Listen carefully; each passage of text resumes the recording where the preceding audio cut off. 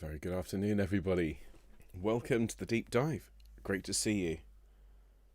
I'm just setting everything up, but thank you for being here. Lovely to see so many people here. Weather-wise, it is absolutely horrible here in Bristol at the moment. Oh my goodness me. It is, let's just say, those of you who have been joining me for Elijah, the thirsty land is being well laveth. We're being very much laved at the moment. Oh my goodness. And what's particularly interesting is my wife is currently out with a friend and her disabled son, and they've gone to a place in the Forest of Dean, which is just on the other side of the Severn Bridge here, and it's called Go Ape. And she's gone to help Steve, who's this young lad, access all of the sort of treetop climbing and so on. So yeah, I'm glad you took her wet weather gear. So she's off today, and the kids are at school, and so it is just you, me, and music theory, ladies and gentlemen, whilst the trees outside bend sideways. I think of nothing better to do with my afternoon than diving deeply into some wonderful music. So it's so great to see everybody. Hello, Terry. Hello, Michael and Sue and Chris and Jill. Wonderful. Sue is escaping from plumbers and repairmen today. They're driving her crackers. Fair enough. Hi, Michael. Yep, wet in Lytham St Anne's. Very wet here in Bristol.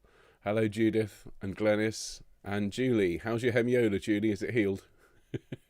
Slipped and hit her hemiola. Hello, Albert. Hello, Alan. Great to see everybody. Hello, Carolyn, if you're here later on.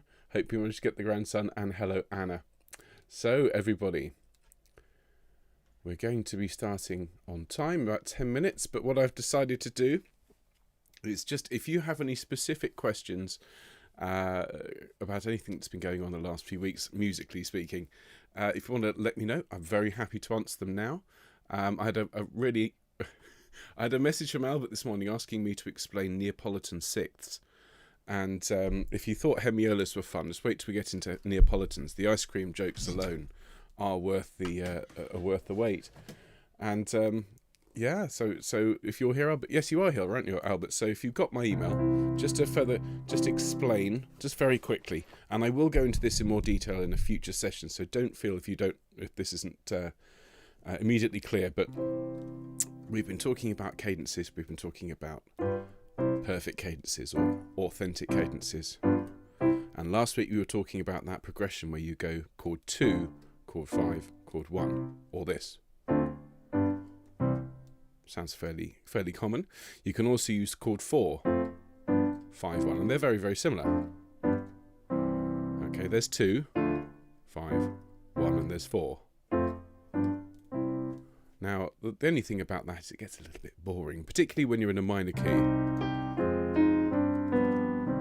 And so the Italian school, particularly the music of Vivaldi and so on, pioneered the use of, instead of chord 2, you have, or rather chord 4, you use the flattened supertonic, and that's the secondary degree of the scale. So it's effectively a chord built on the semitone above the root note, and you get this. And that is particularly nice. That is the sound of a Neapolitan, okay? And if we think about it in terms of Beethoven, so that wonderful Moonlight Sonata. Okay, so the opening, chord 1 with a 7th, chord 6, then that's your Neapolitan chord.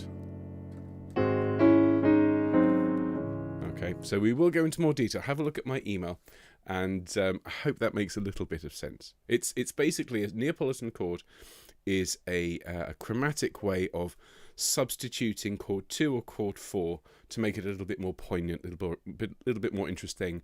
Vivaldi does this a lot. It's in Messiah, and the Glory of the Lord. It's also throughout Schubert and Mendelssohn. Before him, Upon Your Faces Fall, Upon Your Faces Fall, and so on. So there we are. How is everybody? Let's have a look. You're still studying the message, no problem. Fabulous. Hello, Breda. Lovely to see you. And Jane and Marion. Hello, Biddy. You need calming down now. You were out yesterday avoiding the installation drilling and using plastic. Oh, my goodness. So let's all take a nice deep breath. All be well, Biddy. Lovely. We have some lovely music, and we'll just let's enjoy the circle of fifths. And with that in mind, ladies and gentlemen, if I can draw your attention to this marvellous slide next to me. For those of you who weren't here last week, well, this is just a little bit of revision as to what we looked at, and we're going to dive further into chords. So if you weren't here last week, we were talking about how to recognise a key signature, and so over here I've put the wonderful circle of fifths, and around the outside you'll see the key signatures. These are all the major keys, okay? C, G, D, and so on. And if you remember last week, we spoke about the mnemonic, Father Charles goes down and ends battle. And this is how you remember the order of the sharps as they appear from left to right in the key signature. So you see here, over here, if you can just about make this out. Let's see if I can zoom in slightly. Is that possible? No, it's not. So there's one sharp here. Well, that's an F sharp because it's F for father. We have two sharps here. That must be F and C. Yeah. We have three sharps. That must be F sharp, C sharp, and G sharp, and so on and so forth. And so if you can remember Father Charles goes down and ends battle, when you reverse it, if you take it the other way, you end up with battle ends and down goes Charles's father, which is the order of the flats. So you've got B, and then you add an E flat, you add an A flat, you add a D flat, you add a G flat, and so on, and you end up going around the circle that way. And if you recall last week, and this, I appreciate this bit is a little bit tricky to really internalise, but there is a method to looking at a key signature and working out what it is just by using this mnemonic. And last week we spoke about it. So if you are looking at a sharp key, all right, you've got a sharp in the key signature. First of all, count how many sharps there are and work out what key you're in. Okay, well, we count how many sharps there are. In this case, there are three sharps. Okay, F sharp, C sharp, G sharp. You think up a semitone from G sharp. So I've got the I've got this here. All right, you think up a semitone from G sharp, and you end up with an A. And so three sharps, where you've got the F sharp, C sharp, G sharp, is A major. Four sharps, where the fourth one is D, think up a semitone from D sharp, here you have E. And that's how you work out the sharp keys. And round here we were talking last week about the flat keys. What you do for that is you count back one flat from the last one. So if we say, right, we've got 1, 2, 3, 4 flats, battle ends and down. If you think one back, it's A flat major. All right, that's the key that Sullivan's piece that we learned yesterday is in. 4 flats is A flat major. All right, so have a little revise of this. We're going to have a fun little quiz in a minute. Don't worry, I'm not going to be marking anybody's work. I think I'll ask you to mark each other's work. That always goes well. Fond memories of GCSE quizzes. Oh dear. Glennis has printed off a colourful circle of fifths. Fantastic. Great stuff. Hello, Cynthia. Eat good bread, dear father. Oh, I like that one.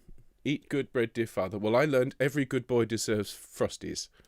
But, you know, I like eat good bread, dear father. That's a nice one as well. Fabulous. Glennis said, I had no music education at all. I had to do Latin. Well, it's good experience for singing. Think about all the times you've sung a mass and you knew how to pronounce the words correctly, I think. Fabulous. Breda, is it possible to get a PDF of this page? Certainly, absolutely. If you want a PDF of this, just drop me a line, ben@homechoir.uk, and I will send you a copy of this. Not a problem. Or one option is if you're watching on a device, like an iDevice, an iPad, iPhone, you can just take a screenshot of this page with me in it. You can watch it back later on and you can grab your own copy. Entirely up to you. But I'll be very happy to send you a PDF, anybody. Every good boy deserves fun, says Judith. Quite right too. Hello, Kareth. You're putting away a Tesco food delivery. Fabulous. Oh, I hope you had a nice Zoom chat yesterday. Michael's been on a short walk with Nordic poles this morning. I see. I presume you're using the Nordic poles rather than a couple of people who were from northern Poland. Fab.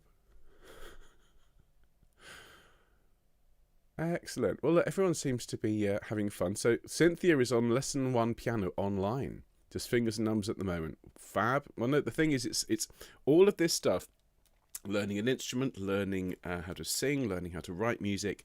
Just every time you do it, you will learn something. And if you're learning one method, it doesn't mean it's the right way or the wrong way. It's what works for you. And you just keep doing it. Keep practicing. Okay, it is a language. In fact, it's more than that. It's an entire culture, and so you need to be listening to music and enjoying it. What I would say, one of the best bits of advice I was ever given, and I'll pass this on to you now, everybody. And I'm going to say this, I think, a bit more frequently on these deep dives, is as you become more familiar with the sound of music, start listening consciously to what's going on. And in a sense, in a way, and I need to sort of apologise in advance, but when you start doing this, it is a little bit like when you start to spot, if you've ever worked in film and TV, you start to be able to spot edits happening in films. You see cuts, you see scenes being shot rather than the content of it. You will start to spot cadences in music. You'll start to say, oh, that's such and such, and that's a perfect cadence, and that's a hemiola, and so on. Take it from me, it doesn't in any way diminish the wonder of music. In fact, I find the more I learn about theory, the more staggering and wonderful it is when I actually find, when you listen to the work of a great musician, it's even more stunning when you realise just how clever they were to produce this amazing work. So we're going to get started, I think, folks. It's great to see you. And so how's everybody doing? Everyone seems to be very, very well. It's so lovely to have you here. Well, look, great to have you, folks, and hope you've had a good week. We're starting today with a little bit of a quiz. And so I'm going to show you a really rather lovely website. Oh, that's not great, is it? Let's shrink that down. There we go.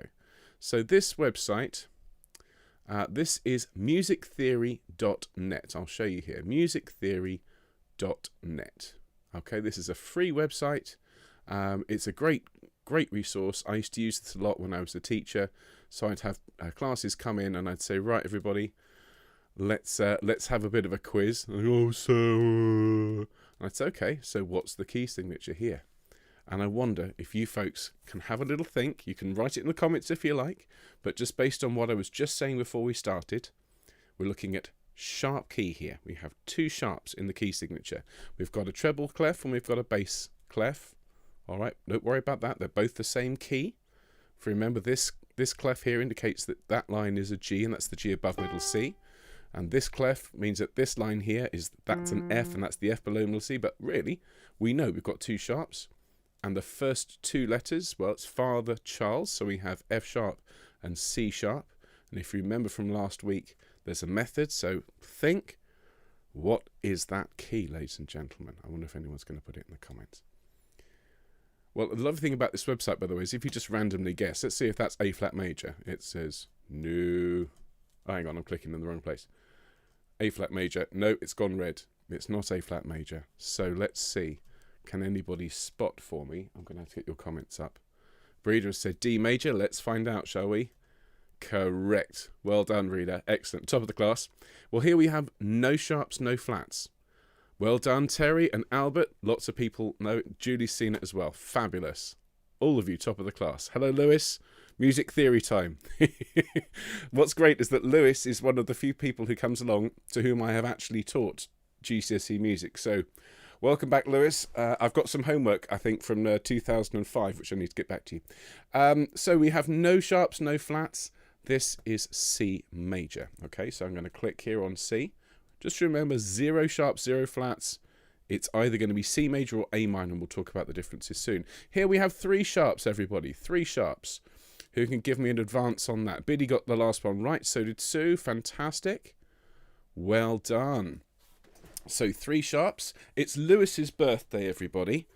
And we're going to sing happy birthday to my good friend Lewis, who's 31. Many congratulations, mate. Here we go. Happy birthday to you. Happy birthday to you. Happy birthday, dear Lewis. Happy birthday to you. Congratulations. I love the fact that you are now the age, let's think, 31. I was teaching you. You were 14 when I started teaching you. And I was 27. So I'm now the age that you are now the age I was when you were doing A2. There you go.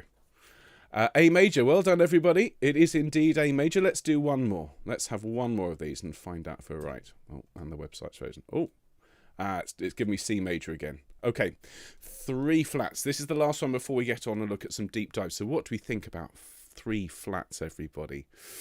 So this one, if you recall, you've got to flip the mnemonic. So it's not Father Charles goes down and ends battle. It's battle ends and down goes Charles's father. So we know we've got battle, ends, and. We think back 1 flat. Okay, battle, ends, and. We think 1 back. That gives us the key. I'm sure many of you are already saying it. There's a bit of a delay on your comments. So I'm going to go ahead and answer that for you. 3 flats, 1, 2, 3. E flat major. Well done, Sue. Well done, Julie. Absolutely. There we are. So if you want to go after this broadcast and have a little play with that, that's musictheory.net. And it's the key signature. It's the key signature identification tool. And you can even change the settings here, which is rather nice. You can add different clefs. You can, if you really want to challenge yourself, you can have all the clefs. But you could even make it really, really simple and just do sharp keys. All right, entirely up to you. And you can even turn off the option to have C major. All right, so I would always start with maybe 3 sharps, 3 flats, and then build up. Okay, it's a really, really, really good little tool, and they've got all sorts of other things on there. So enjoy. Right, everybody. So that's our little quiz. Well done. And how did you get on? All right, there's no pressure. Everybody gets 100%. Everybody gets a sticker. Well done. So welcome everybody officially to the start of the deep dive. So this week we've been looking at the music of Sir Arthur Sullivan, who was a British composer who lived and was prominent in the end of the 19th century. He's best known for his partnership with the lyricist, an amazing writer, W.S. Gilbert, with whom they produced an incredible array of funny comic operas, including wonderful pieces such as The Pirates of Penzance, HMS Pinafore, The Mikado, and Iolanthe, which is the work that we took the music from yesterday. He was a really interesting chap, actually. He was the son of a military concertmaster at Sandringham, which is a large military school. And so he grew up in the music department where his father taught, surrounded by instruments. And he was one of the first people to ever get a scholarship to go and study music abroad in Germany. And while he was there, he learnt the music of Bach, obviously, of Mendelssohn, of Wagner, and all of this. And Wagner at the time was still very new, and so all of this music kind of collided in his head. So when he came back to the UK, he was one of the greatest exponents of the European style in England, and so his music is really, really good if you want to study the kind of basics of harmony, but also introducing how melody works. So what we're going to do with this music today, everybody, is we've had a little bit of revision about key signatures. I want to talk very briefly about chords, and we've been looking at how chords are put together. So before we look at Sullivan's work, we'll just revise how chords are put together. I want to talk to you today about something called inversions, okay? And inversions, basically, it's just when you turn a chord on its head. And I'll explain what that means in a minute. And then we'll look at how we add added notes such as sixths and sevenths, and we'll do that in the context of Sullivan's piece, okay? But very, very quickly, just to remind you what we've got coming up for the rest of this week. So no broadcast tomorrow on this channel, but Friday we have our first Folk Friday. That's me. That's that way. Okay, we're going to sing Little Isa Jane, which is, I know a gal and you got none, Little Isa Jane. I know a gal who calls me hon, Little Isa Jane. Great song. We'll then have a look at some more lovely folk songs we haven't sung for a while. Song for the Myra, Eriskay Love Lilt, all of our favourites. Sacred Sing on Sunday is going to be all about friendship and love, and have at the core of it, at the heart of it, this lovely bit of Sullivan.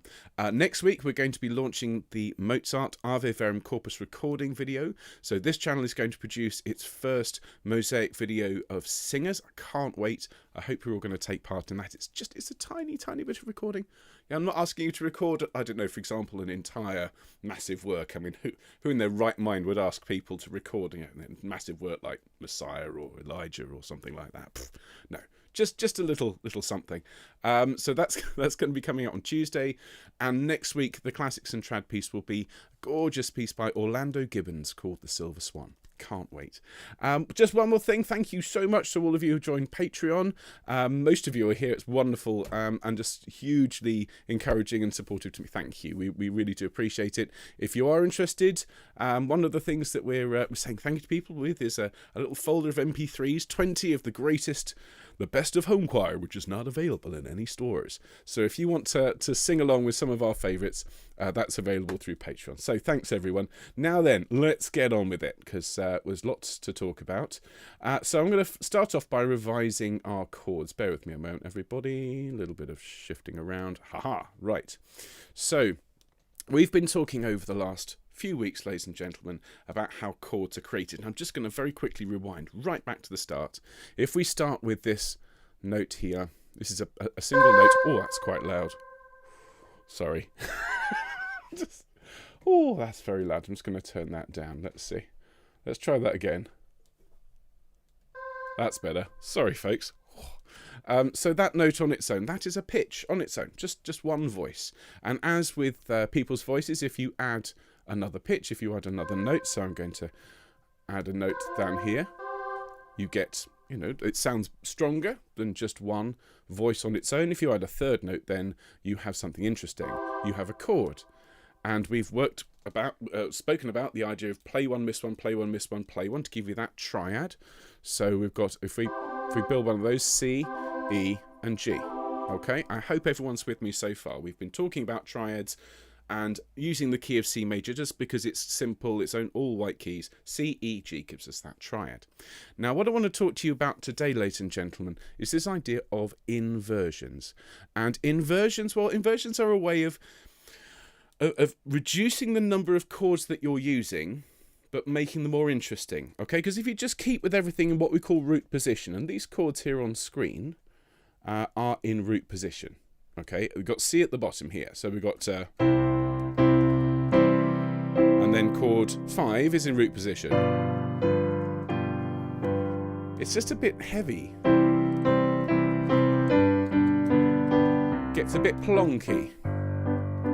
Really quite predictable. After a few minutes of just going backwards and forwards on chord 1, chord 5, all in root position, it doesn't have any flow, alright? It's just like a whole load. It's like the way my children come home at the end of school and they just dump their bag down on the floor and they just leave it there. There's no art to it, there's no craft, there's no putting it away, taking care. It's just boom.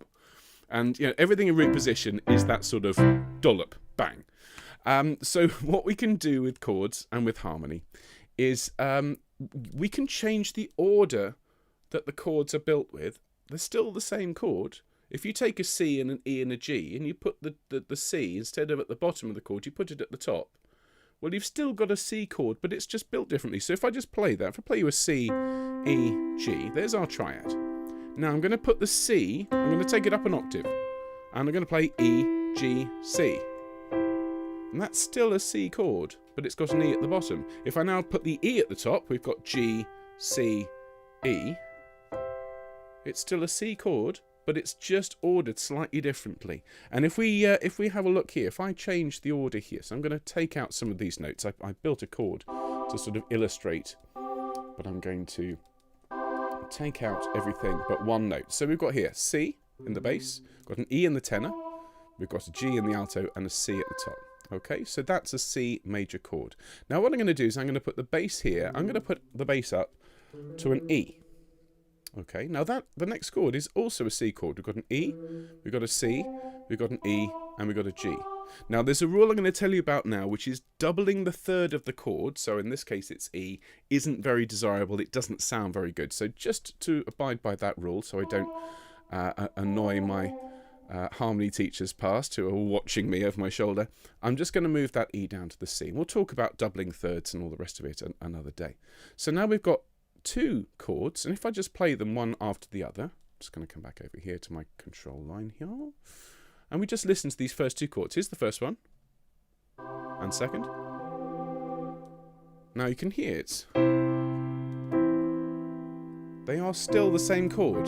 And if I now put this, if I go over here and I put the bass note of the third chord on a G, okay, and I'm going to keep a C there, and I'm going to keep an E there, and I'm going to keep a C there, it's still a C chord, but we have a G in the bass. So let's listen to those 3 chords, one after the other. Here we go.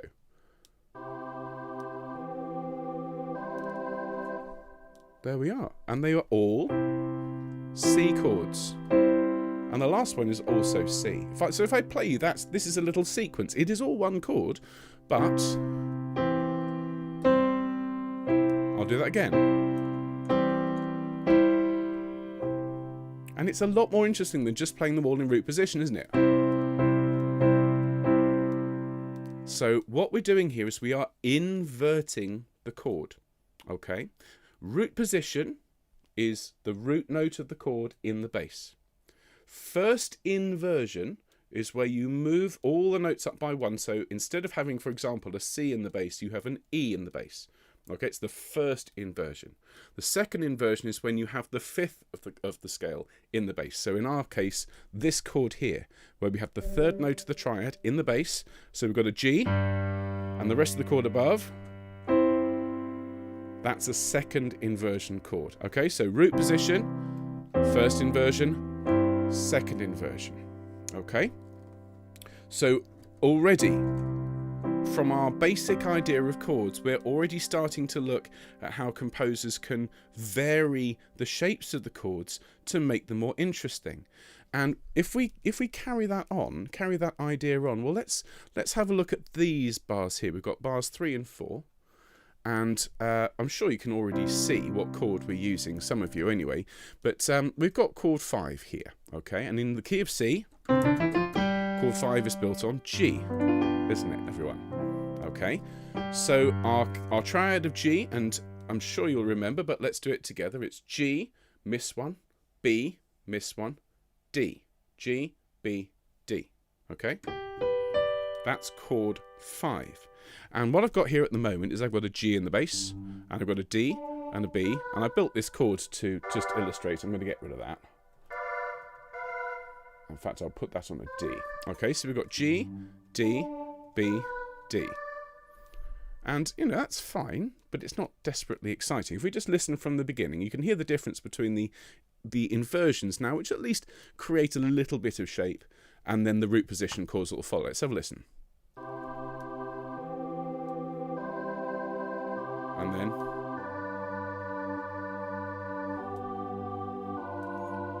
I mean, it still works because it's chord 1 and then chord 5, but it's really ploddy. So what we can do is we can use an inversion.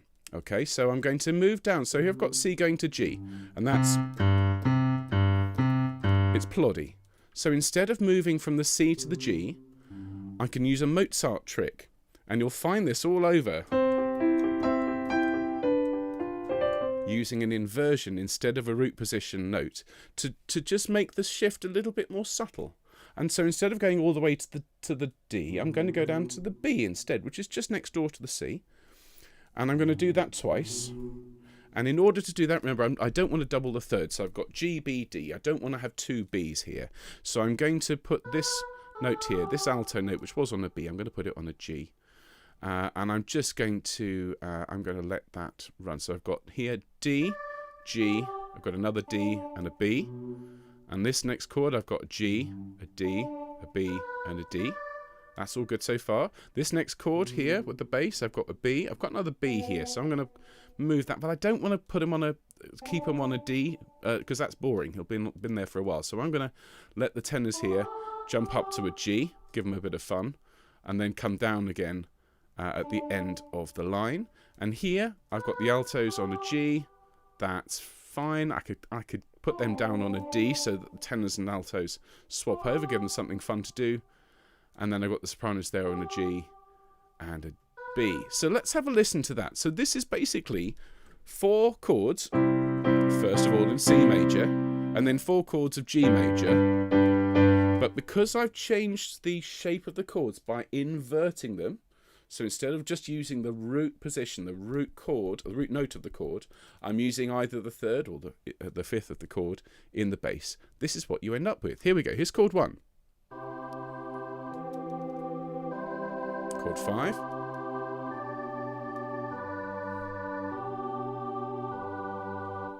All right, so straight away we're starting to hear a little bit of variation, and although it's still just 2 chords, you're starting to get a little bit more sort of subtlety, a little bit more movement. All right, so that's a really important aspect to be thinking about inversions and how chords are put together. So with that in mind, let's have a little look at the Sullivan. So let's bring that up onto screen. I hope you all had a chance to sing along yesterday. If you haven't, it's all saved for you. Please go and enjoy it. It's, as always, it's all good fun. And so this piece, and one of the reasons I want to show you this rather than the piano score, the piano reduction, is this is a reduced version still of the original orchestration. The original orchestration has actually more instruments, but this is a cut down version. And so what we can see here straight away is that you've got the melodic line, this though perhaps I may incur your blame, the things are few I would not do, and so on. This lovely line that that Lord Tolola sings, that the altos were singing for me yesterday. Now let's have a look. We've got 4 flats. Okay, 4 flats, battle, ends, and down. Okay, B, E, A, D. Think back 1, battle, ends, and A flat major. Okay, and just to clarify that, we've got an A flat in the bass, we've got a C, we've got an E flat, and we've got an A flat. So the first chord is chord 1 in A flat major. Okay, I hope everyone's okay with that. Just the idea that we're building a piece, we've chosen a key, and the first chord, given that this is a fairly traditional piece of music, the first chord of the piece is in that key, chord 1. Okay, now the tenor sings, and we're going to disregard him for now. All right, though perhaps I may, lovely as it is, we're just going to look at the accompaniment here. Okay, and so what I'm going to do, I'm going to see if this works. I'm just going to highlight just the strings. We're just going to listen to the strings on their own. Okay. Oh, I've just made a mistake. Hang on. I want bar 285 because this is actually the entire thing. Okay, here we go. So let's just listen to the strings from the start. Here we go.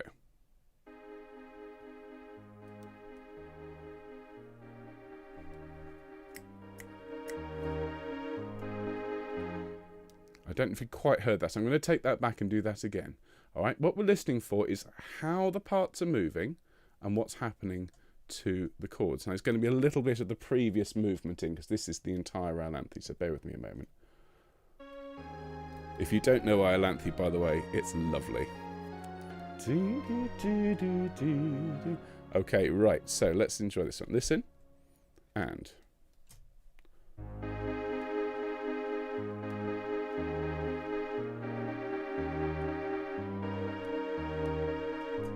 There we go. Okay.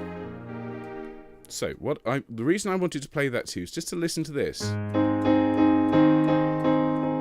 Now, can you hear? That is all chord 1. So we've got the A flat in the bass here.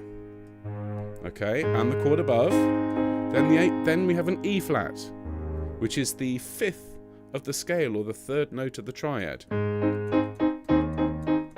It's all still chord 1. But Sullivan is playing with inversions to give us a sense of strong and weak. Strong, weak, strong, weak. Because the root position chord is stronger and the second position chord is weaker. Okay? Then in this bar here... Okay, now I'm sure many of you will already know that we have a chord 5 that will follow. Okay, so we've got here chord 1 and chord 5. Now, I can see people are saying, I'm struggling. Bless you all. What I'll do is I'll pause for a second and just see if I can unpick and help the people who are struggling. So I'll say this again. Every key has got chords. The most important chords that we've been talking about are chords 1 and chord 5. Okay, and I'm talking today about how these chords can be repackaged to create variety. So at the beginning of this movement, we have chord 1. chord 5, still chord 5, chord 1. All right, so I'm not going to go any further along the path of talking about inversions. I want to plant that with people today, that you have your chord 1, but you can have it chord 1 first inversion or second inversion.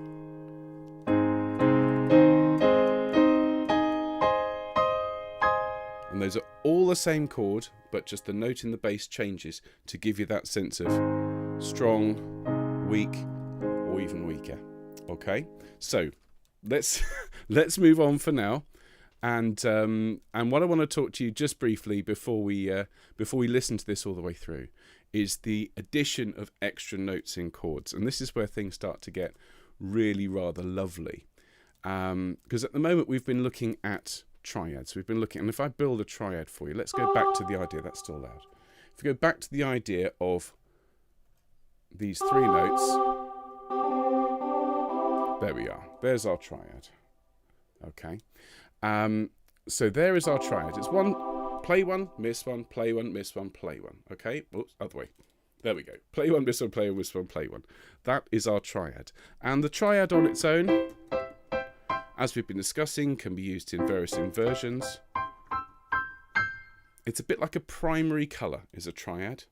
All right, it doesn't have much of a character beyond a sort of a basic, well, that's a major chord and that's a minor chord.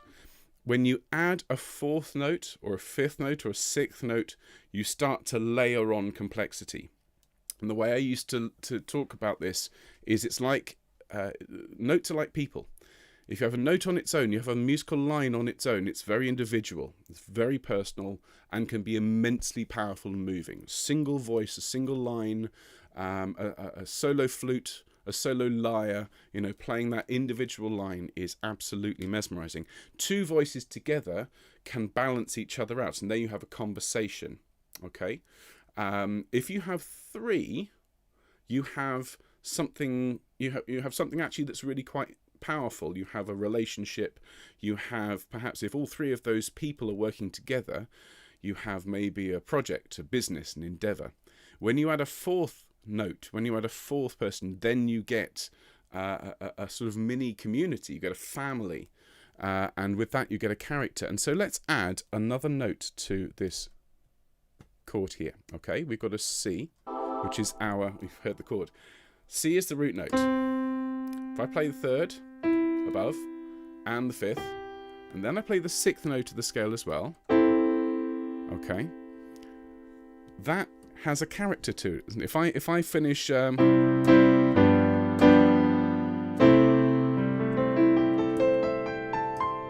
sounds like something that was written in the 1920s, 1930s, has a very warm character. We've added an extra note. It's the 6th note of the scale, so we call it a 6th.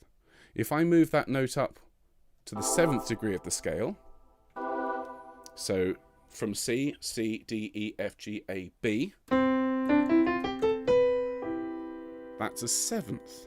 So if you see people referring to 6ths and 7ths, all that means is that you're using a chord which includes, as well as the usual notes, your root note, your 3rd note, your 5th, it'll also have the 6th of the scale or a 7th of the scale. And this is where you start to go from something like this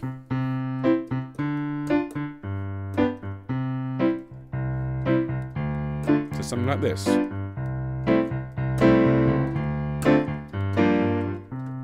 Let's have a slightly nicer chord for that last one. Yeah, and really then you're off to the races, because then you can start with things like 9ths and 11ths and 13ths and so on, by adding more and more degrees of the scale, and then you end up with unbelievable jazz chords with people like Jacob Collier, who just come up with these. In fact, Jacob Collier is an amazing musician. If you've not heard of him, he's a young chap, British musician. He is an incredible genius on the level of Mozart, I'm convinced, and he is alive and working today. And he has managed to come up with a chord that uses every single note of the chromatic scale within itself. It's incredible. So let's have a look. Lots of people are saying it's going too deep too quickly. You'd like to go back and revise the basics. Fair enough. Okay. So what I'll do, folks, is I'll bring the new stuff to a close now, and I do appreciate that this is tricky stuff. If you have anything particular based on what I've said today that you think I want a bit more explanation, do let me know. And what we'll do is we'll spend just the last 5 minutes going back to revising some root position chords, okay? Because I do appreciate this is tricky stuff and you're doing really well. So let's spend just the last few minutes revising our shapes of our chords for those of us for whom I haven't done music for a while, okay? So let's use this soprano line up here, and I'm going to get rid of everybody else. Bear with me a second. Let's go right in and have a look at this soprano line here. Okay, so let's go back down. We've got a C. Okay, and I'm going to get rid of these notes here. All right, we've got a C. I'm going to add a note above. And remember, it's play one, miss one, play one. So as I click here, I'm going to drag this one up. And there we have that first dyad, those two notes together. I'm going to add another note on top. Oops, no, not that. I'm going to add another note on top. I'm struggling to add another note on top. Oh dear. It's always technology, never works the way you want it to work. Let's open. I've managed to close my document as well. Many apologies, folks. Ooh. There it is. Okay, so there we go. There's my triad. All right, great stuff. So there we go. There is our triad. Okay, and I'm going to take that triad and I'm going to copy it. I'm going to put it next door, and I'm going to put it there, and I'm going to put it there, and I'm going to put it there, and there, and there. Okay, I've got 6 triads, and they're all in root position. So that means they've got the root note of the chord at the bottom. Okay, so I'm going to now move this one up 1 tone. It's going to go from chord 1 to chord 2. Okay, I'm going to move this one up. This one was a root position chord on C. I'm going to move it up 4. 1, 2, 3, 4. So it's now on the 4th degree of the scale. That is chord 4. And this one here, I'm sure you'll all understand what I'm doing here as I move it up to chord 5. Okay, now if we just listen to that line on its own, we're going to have chord 1, chord 2, chord 4, and chord 5. Here we go.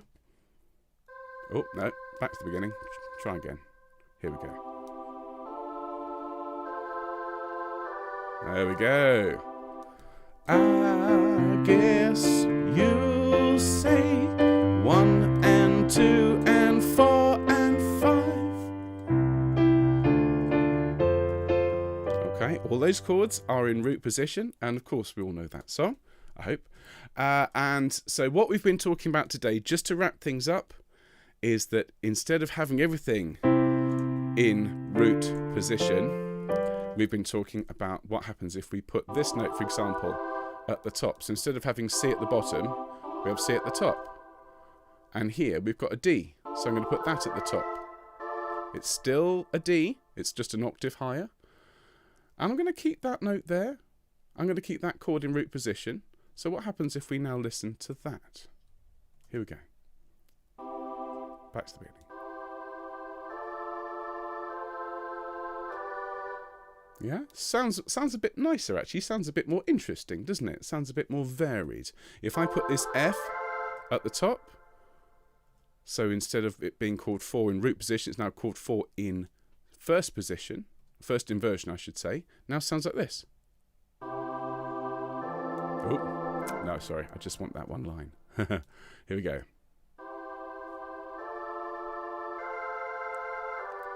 There we go. See? So these are still the same chords, but we've been just changing the construction of them. Think of it as Lego blocks, okay? The bottom note, the root, is a red block. The third of the chord is a yellow block, and the 5th is a blue block. What we're doing is just putting the red block at the top. Still the same thing, still the same blocks, just in different order, and so that just creates a little bit more interest, a little bit more variety, okay? A little bit more colour. So look, everybody. Let's see how you get on with that this week. Okay, we'll do a bit more revision on the key signatures next week. We're going to be talking about inversions, because what I want to do is I want to explain to you this. Now, you'll have heard this. They've got it. It's in the Sullivan. Yeah, this chord progression. This is a little bit of a leap ahead to next week. All right, so it's this has yielded up a promised bride. Has yielded up a promised bride. This dum dum dum. In the UK, it's beans, means, hinds. Okay, this is basically chord 1, second inversion, chord 5, chord 1. It's a very common pattern, and we'll be talking about it next week. I hope that's been useful, folks. Do let me know if it goes too fast. I'm always happy to stop and slow it down, because I don't want to leave anybody behind. If you found today really tricky, and even me slowing down and explaining like this, please send me an email. Always happy to help. If there's specific things that you need explaining, you know, make use of the fact that I'm here and very happy to explain them. And yeah. Don't let the fact that this is difficult put you off, because in all seriousness, this is not easy, but the more you talk about it, the more you think about it, and like I said at the very start, the more you listen with very conscious ears. What am I hearing? Not just this is a lovely sound, but how has this sound been constructed? I think you'll really enjoy it. Now, those of you who are coming to sing Elijah tonight, the Thanks Be to God, you'll hear at the end of the Thanks Be to God, He laveth the thirsty land. There's this at the very end. Thanks be to God, He laveth the thirsty land. When we get to that bit, just do yourself a favour. Just pop out of yourself for a moment and just look at the piece. Look at what you're singing. It is inverted chord 1, chord 5, chord 1. And that may be for some of you the first time you've spotted that in the wild. Have a go, all right? See if you can spot these things. And I'll be here next week for more fun. So look, lovely to see you. Lots of you say you need digestion time. That's absolutely right. So enjoy. Use Musictheory.net. Send me a message if you need any help.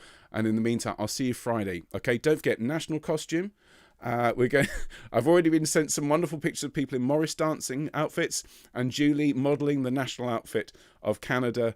So if some of you have some more to share with me, it'd be lovely to see you. So Folk Friday, Sacred Sing Sunday, and I'll be back next Wednesday for more deep dive. So everybody, great to see you. Well done, well survived. I'll see you soon. Take care, folks. Bye-bye.